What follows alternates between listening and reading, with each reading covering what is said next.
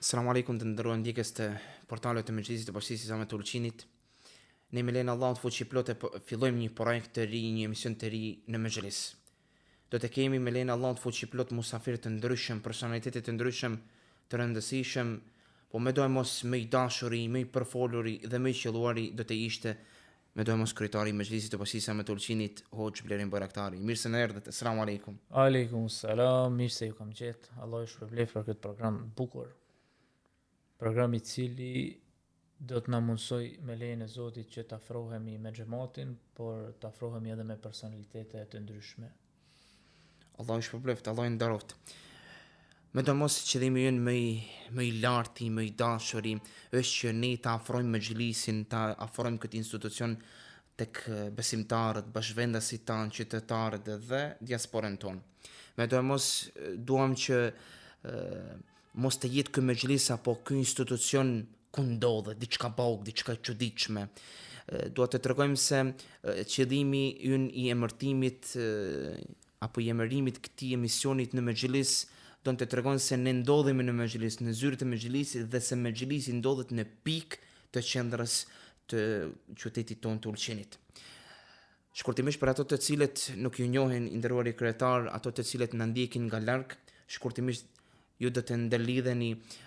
Kryetari ynë Hoxh Blerim Bayraktari ka përfunduar medresen shkollën e mesme fetare Haxhi Shamia në Shkodër dhe pastaj vazhdoi udhën e kërkimit të dijes në Universitetin Islamik në Medinë, sheriatin dhe pastaj u kthye fal Zotit në qytetin ton, në vendin ton, në Ulqin për të vepruar, punuar që të ngritet jeta fetare në Ulqin. Allah ju shpërblet, Allah ju nderoft. Gjithë inshallah na jep sinqeritetin punë në veprat tona.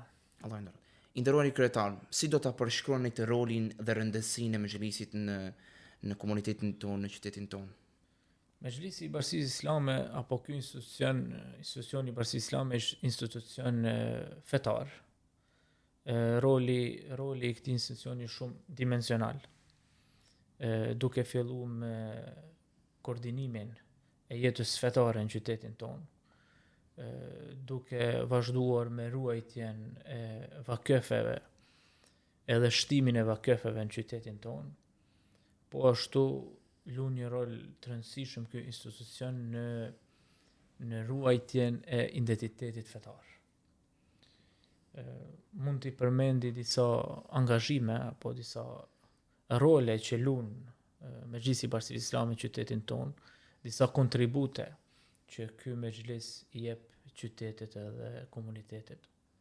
Duke filluar me organizimin e jetës fetare, si nëpër xhamia, me 5 kohë të namazit, me faljen e xumas, me faljen e bajrameve, me faljen e teravive dhe organizimeve fetare gjatë muajit Ramazanit. Ndoshta duken si të thjeshta nga se janë të përditshme dhe ne nuk ja dim vlerën, mirë po nëse pak mendojmë, nuk është diçka e lehtë që të organizosh çdo ditë në secilën xhami në qytetin e Ulqinit falen 5 kohë namaz. Nuk është e lehtë që ti çdo javë, e java vjen shumë shpejt, sidomos këtë kohë që koha kalon shumë shpejt, t'ia falësh xhuman mbi 2000 besimtarve, 2000 qytetarëve dhe ti drejtohesh me këshilla të ndryshme çdo javë. Në rreth gati 30 xhami, rreth 30 xhami që ka komuna e Ulqinit. Pra, ky është një kontribut i madh që duket ndoshta i thjesht nga se jemi mësuar, por është një kontribut i madh që Mejlisi i Bashkisë Islame i jep komunitetit edhe xhamatit dhe besimtarëve në përgjithësi. Pastaj kemi edhe aktivitetet fetare që janë jashtë xhamiave, si tribuna të ndryshme, shpërndarja e librave, marrja pjesë në programe televizive e kështu me radhë. Po ashtu kisha përmend një kontribut tjetër që i jep Mejlisi i Bashkisë Islame komunitetit vet, është edhe që e kemi ne edhe si prioritet, është edukimi fetar i fëmijëve. Pra ne kemi prioritet si Mejlis edukimin fetar të fëmijëve, pra qysh në veçli të japim ato hapat e parë të edukimit islam besimtar. Ne siç njihet edhe në qytetin ton mund të përmend mejtepet. Pra Mexhlisi organizon me i tepet në gjitha xhamijat Mësim besimin. mësim besim në gjitha xhamijat e komunës së Ulqinit. Dhe ne për momentin kemi dikun të regjistruar rreth 400 fëmijë që mësojnë për me i tepe. Pra dhe rreth 400 fëmijë shkojnë çdo të shtuna apo të diele në për xhamia tek hoxhallarët e mahallës apo të Katundit Për të marrë bazamentin e për të fesë. marrë bazamentin e fesë. Pastaj në fund vitit bëhen ato provimet dhe bëhen prej ato që kalojnë domethënë më së miri për këtyre fëmijëve kalojnë edhe në për provime dhe në për gara në nivel qendror. Dhe ne shumë shpesh si qyteti i Ulqinit kemi marrë edhe vendet e para, vendet e dyta në nivel qendror fëmijët e jonë. Pra, ky është një punë shumë e madhe, një kontribut shumë i madh, edhe është një kontribut i cili vetëm një institucion si Bashkia Islame ka mundësi me e çu këtë amanet deri në fund. Pra nuk ka njeri privat, nuk ka hoç, nuk ka shoqat, nuk ka diçka i cili del edhe merr përsipër edukimin e gjithë fëmijëve të qytetit. Përveç një institucion si Bashkia Islame me kuadrot e vet, me hoxhallarët e vet, me xhamijat e veta, e merr përsipër dhe e çon këtë amanet në vend duke eduku mbi 400 fëmijë për momentin besimin islam.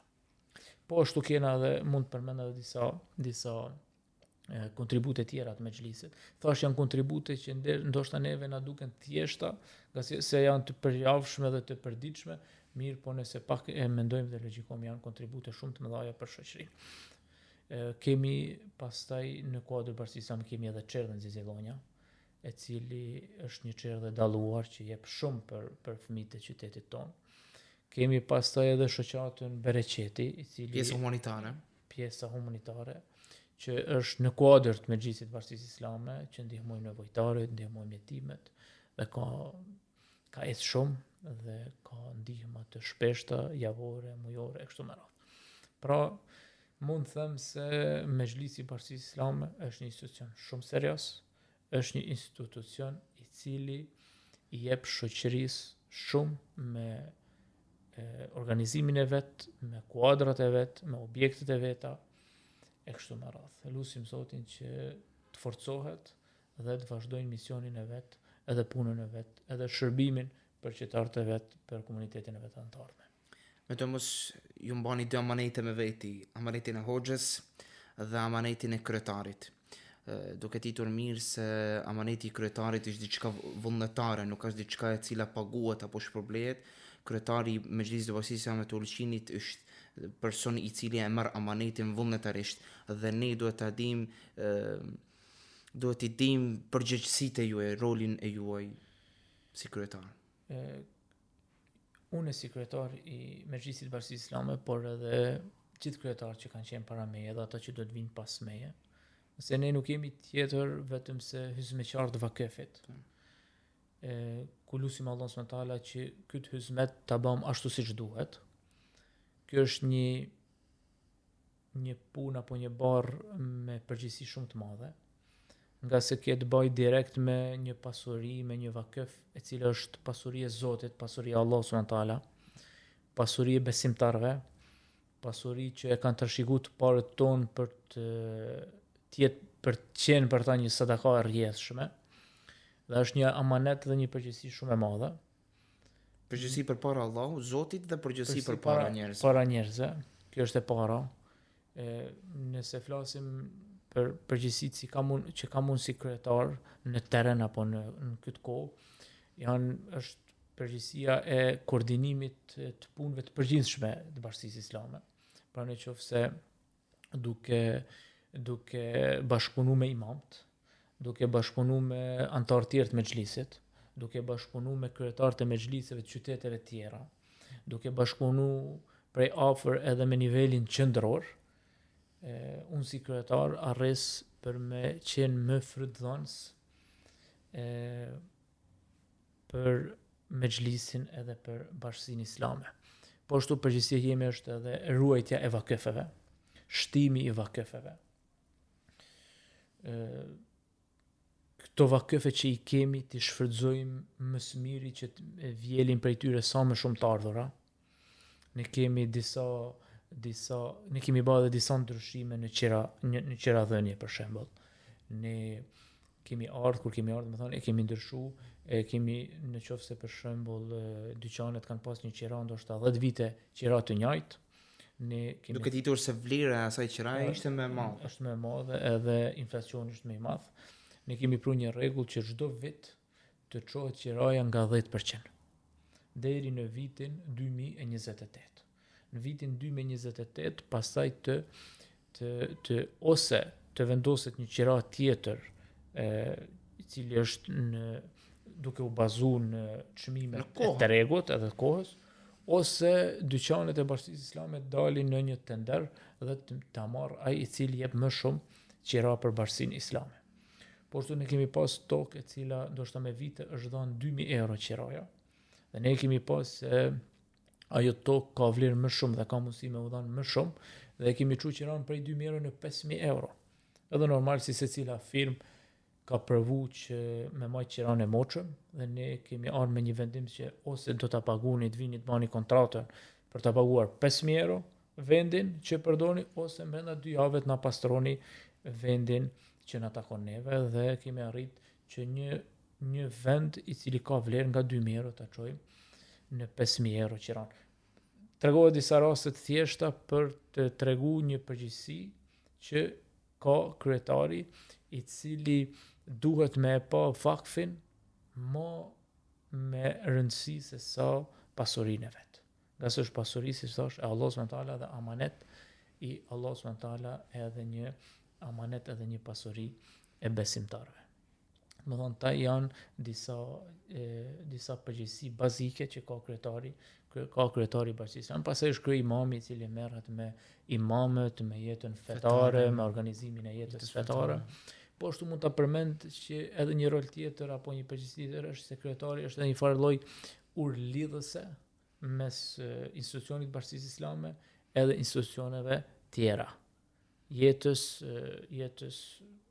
si më thonë jashtëfetare, politike e tjera. Është një urlidhëse mes bashkëpunim me institucione tjera. Edhe kjo e ruan pastaj edhe tolerancën fetare, edhe bashkëjetesën, edhe ndihmon në përparimin e institucionit. Medomos na keni treguar veprimtarinë e Mexhilisit dhe treguar se Mexhilisi me veprimtarinë e saj tregon seriozitetin e madh. Medomos duheni të na tregoni dhe sidomos ndjekësve tanë për ta ditur se cilat janë disa nga sfidat me të cilat përballet Mexhilisi në ditët e sotme. Institucioni Bashkisë Islame, si secili institucion tjetër, ka sfidat e veta. Mirë, po mendoj se sfidat e institucionit tonë janë pak më të mëdha, për arsye se ky institucion lidhet direkt me anën shpirtërore të besimtarëve. Lidhet direkt me identitetin fetar. Edhe duke e ditë se jetojmë një kohë të globalizmit, në një kohë të teknologjisë, bëhet ende më e madhe sfida ndryshimet e shpejta. Institucionin tonë bëhet një sfidë serioze. Pra unë mendoj se sfida kryesore e këtij institucion është me rujt identitetin e besimtarëve. Pastaj vijnë sfida tjera financiare, shtimi i financave, që këtë institucion ta bëjmë të pamvarur nga askush. Do të arrijmë në një nivel ku ky institucion do të mbahet me të ardhurat e veta, pa pas nevojë me lyp nga të tjerët, apo pa patur nevojë që të na ndihmojë ndonjë institucion tjetër. Edhe pse ndihmat nga institucione tjera janë pothuajse as pak, ky institucion rrin në këmbë fal qirajave edhe vakëfeve që ka ky institucion, edhe fal besimtarëve zeqatit, sadakas që japin besimtarët, antarësia, do të thonë që japin xhamati këtij institucioni. Nderori kryetar, do të na tregoni se sa është e rëndësishme bashkëpunimi me institucione tjera dhe sidomos me institucionin më të lartë të komunës tonë është komuna. Nuk ka dyshim se bashkëpunimi me institucione tjera është thelbësor, nga se ne nuk kena mundësi të izolohemi. Ne bashkëpunojmë me të tjerët dhe nuk funksionojmë të izoluar. Dhe bashkëpunimi me institucione tjera, sidomos bashkëpunimi me komunën e Ulqinit, na mundson neve që t'i kryjmë disa projekte apo t'i shtyjmë përpara disa projekte tona. Kështu që besoj që po themi në gjuhën tonë diplomacin me institucione tjera kemi nivel dhe po shkon shumë mirë dhe kemi një farlloj mirë kuptimit me gjitha institucionet kur ne kemi nevojë për ta. Nderuari kryetar, keni përmendur një gjë shumë të rëndësishme, ajo është projekte. Kur ndëgjohet fjala projekte, në mbarten tek mendja projekte të cilat ishin, janë dhe do të jenë. Cilat janë projekte të cilat ishin të rëndësishme, të cilat janë në vim dhe të cilat i keni si vizion në Mexhelisin e Bashkisë së Ulqinit? Ne si Mexhelis jemi të kënaqur spari se si po ecin projektet e Bashkisë Islame. Normal se projektet e mëdha nuk kanë mundësi që të kryhen brenda disa muajve apo brenda pak viteve, don kohë që të realizohen projektet e mëdha. Don durim, sabër. Don durim.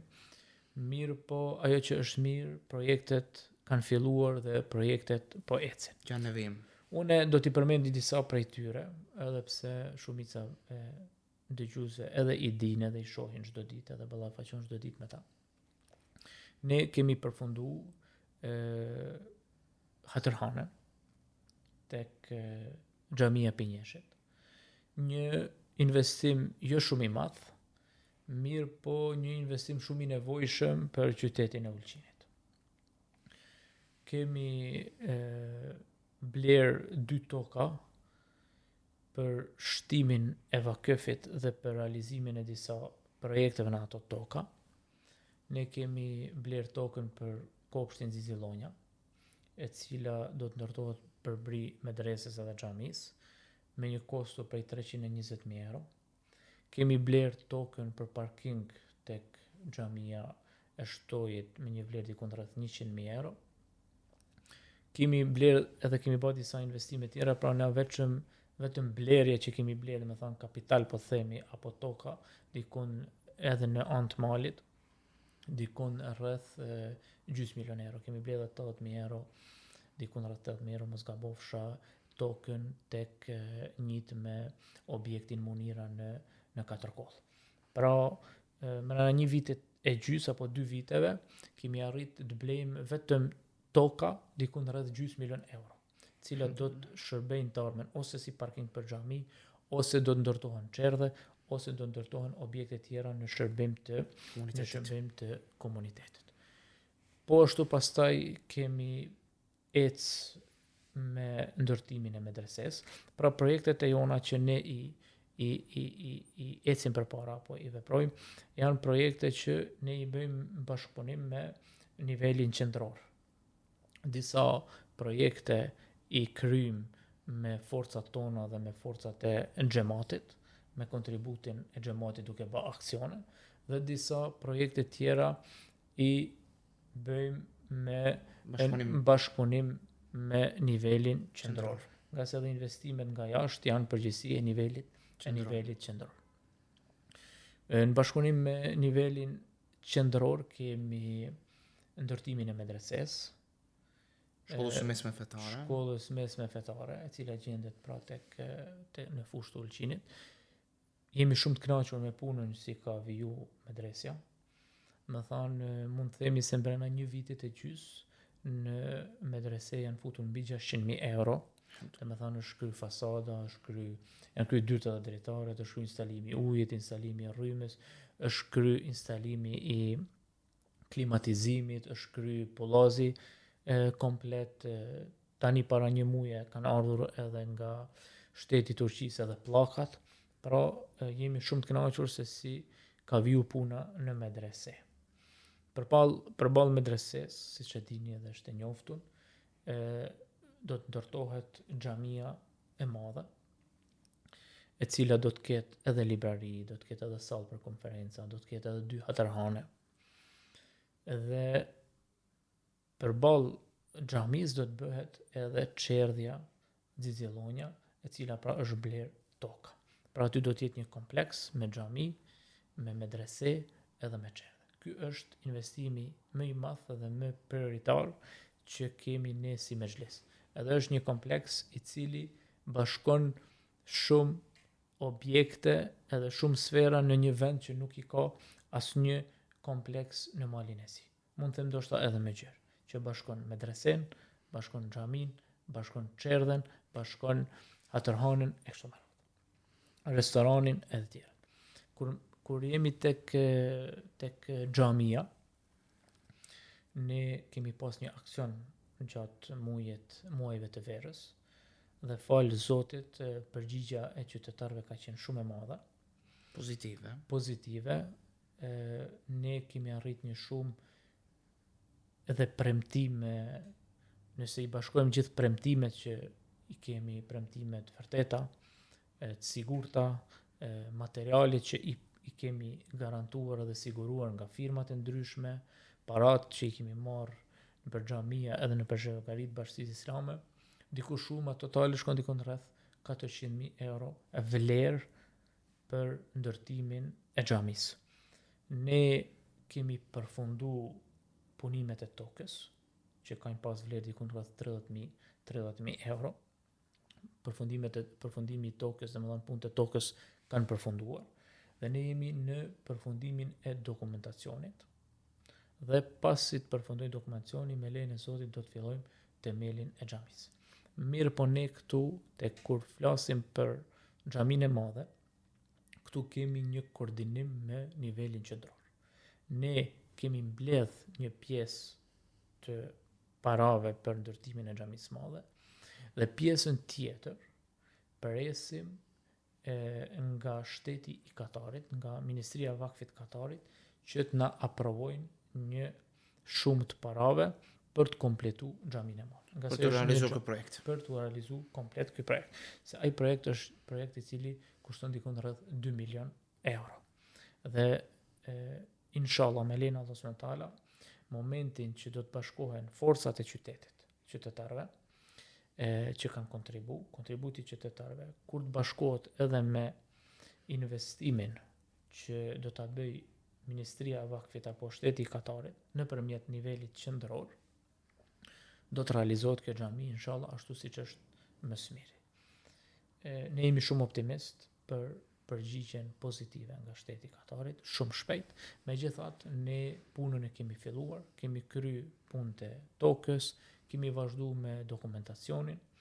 Tani pas pushimeve që kanë qenë tash pra të fund vitit, me lejen e Allahut subhanahu teala do të fillojmë edhe me stopat e minarës edhe me urën kryesore që do të jetë urë lidhse mes magistralës edhe kompleksit fetar.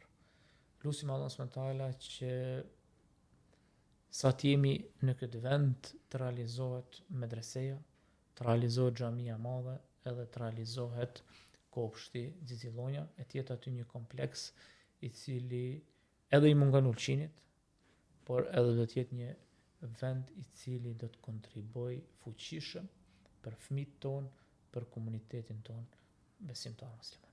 I bashkangjitemi duave lutjeve tuaja, lutim Allahun fuqiplot që të realizojnë të gjithë këto projekte dhe vetëm të jenë projekte të fillimit dhe të vazhdimit dhe jo të ndalemi këto. Para nuk du të flas, por në momentin që ne do ta hedhim me lejen e Allahut subhanahu teala themelin e xhamis, ne kemi një projekt shumë të madh, i cili është shumë projekt real dhe projekt inshallah që do të realizohet. Projekt i cili do të jetë projekt që do të pruj të ardhura me zhlisit Bashkisë Islame. Mirë po, me atë projekt, projekti si projekt veç është bë, mirë po me atë projekt nuk do të dalim dhe nuk do të flasim derisa na mundsoj Allahu subhanahu teala me hedh themelin e xhamis. Momentin që hedhim themelin e xhamis, do të tregojmë për projektin e radhës, i cili do të jetë vakf dhe do t'i sjell një shumë të madhe institucionit Bashkisë Islame, që ky institucion do bëhet i Zotit vetes edhe ta mbaj veten e vet. Ky do të jetë një surprizë nga ju. Medomos njeri I cili lën surprizë apo por do të na lëni një mesazh për besimtarët dhe qytetarët tanë. Mesazhi jem prej zemre është që me shiku vakfin si pasurinë e vet. Ose edhe më me rëndësi. Pra kur thirret më kontribu për vakf, me kontribu. Nga se nuk ka sadaka më të mirë se sa me kontribu për vakf. Nga se çdo sadaka tjetër përfundon. Sadakaja vakfit vazhdon edhe pas vdekjes. Pra nëse ti kontribon për një xhami, nëse ti kontribon për një objekt I cili do të shfrytëzohet për nevojat e qytetarëve dhe besimtarëve, edhe pas vdekjes tonë, ty do të shkojë shpërblimi aq sa këto objekte do të shfrytëzohen për të mira. Pra atë mesazhi im është që sa herë që është e nevojshme të kontribohet në mënyra të ndryshme për mezhlisin e Islam, për vakfin, le të kontribojmë se ne kontribojmë për pasurinë e Allahut, kontribojmë për pasurinë e besimtarëve. Ne jemi sot, nëse nuk jemi, ne thjesht jemi hyjzëmeqar, që kemi marrë një amanet për një kohë shumë shkurt, pas neve vjen dikush tjetër. Mirë, po me rëndësi është që vakfi çdo herë të ndihmohet në maksimum me qëllim që ta shtymë edhe na përpara, të lëmë edhe na diçka ashtu siç na kanë lënë edhe neve pasardhësit ato që kanë qenë para nesh. Lutim Allah subhanahu wa taala që të na bëjnë sinqert, ky post është post me përgjegjësi, nuk është post I lehtë, dendorim, don sakrificë, don urtësi, don diplomaci, don bashkëpunim me shumë personalitete, me shumë autoritete. Mirë, po nëse jemi të sinqert, Allah subhanahu wa taala do të na ndihmoj që s'pakti ta çojmë sadopak përpara këtë institucion. Lutim Allahun fuqi plot që t'ju lehtësoj, lutim Allahun fuqi plot që t'ju begatoj, lutim Allahun fuqi plot Zotin e gjithësisë që ta forcoj dhe begatoj këtë institucion të Mejlisit të Bashkisë Islame të Ulqinit. Amin. Të nderuar ndjekës të portalet të Mejlisit të Bashkisë Islame, ne vazhdojmë misionet tona. Vazhdojmë misionet tona me personalitete të ndryshëm ku lutim Allahun fuqi plot që t'ju begatoj me mirësitë e Tij. Asalamu alaykum wa rahmatullahi wa barakatuh. Aleikum salam wa rahmatullah.